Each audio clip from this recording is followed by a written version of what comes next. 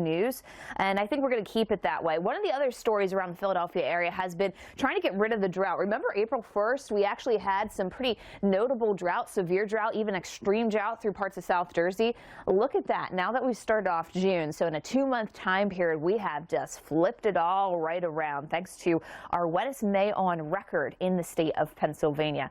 So we have had a little bit more moisture here cutting back in towards cities like Buffalo as we head into tomorrow, but ultimately today it is dry, a little hazy out there from the smoky skies high up, and the numbers, they're a little warmer than historical average here.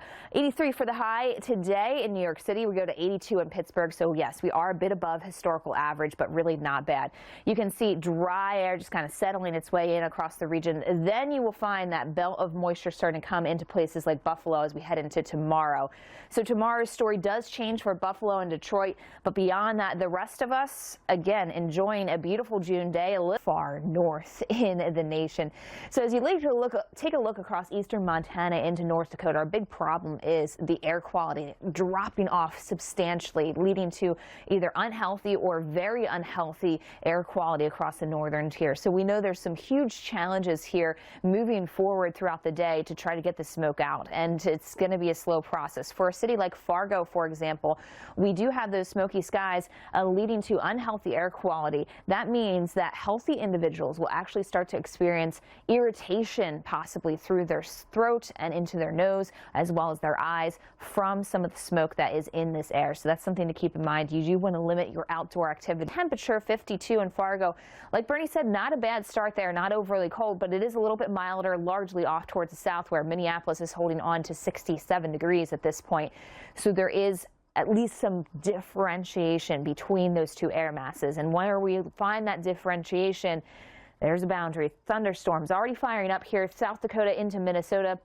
So we're kind of getting ready to organize at least the chance for some thunderstorms to move into Minnesota. And then later in the day, we'll watch more wet weather unfold off towards the south of that thunderstorm complex. But if you look, states like Nebraska missing out on the rain.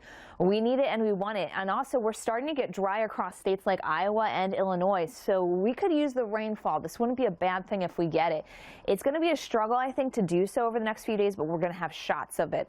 As we take you through today, one of those shots in Sioux Falls, 85 for the high with sun. The story is, as we go into tomorrow, the boundary stays. So we'll keep the chance for showers and thunderstorms. Good things for some of these states like Iowa into Michigan, where we do want a little bit more rain to stay away from significant drought. As you take you through time here, you can see where that boundary is lighting up with thunderstorms in the middle of the day. And then on the southern side, that complex kicks off thunderstorms through states like Iowa, and that's where we see some of the strongest of the action go into the evening hours across Wisconsin and northwestern Illinois. Then tomorrow, keep the boundary here. It's not going anywhere. We'll keep that moisture around. What we will watch is for more thunderstorms in the high plains as we head in.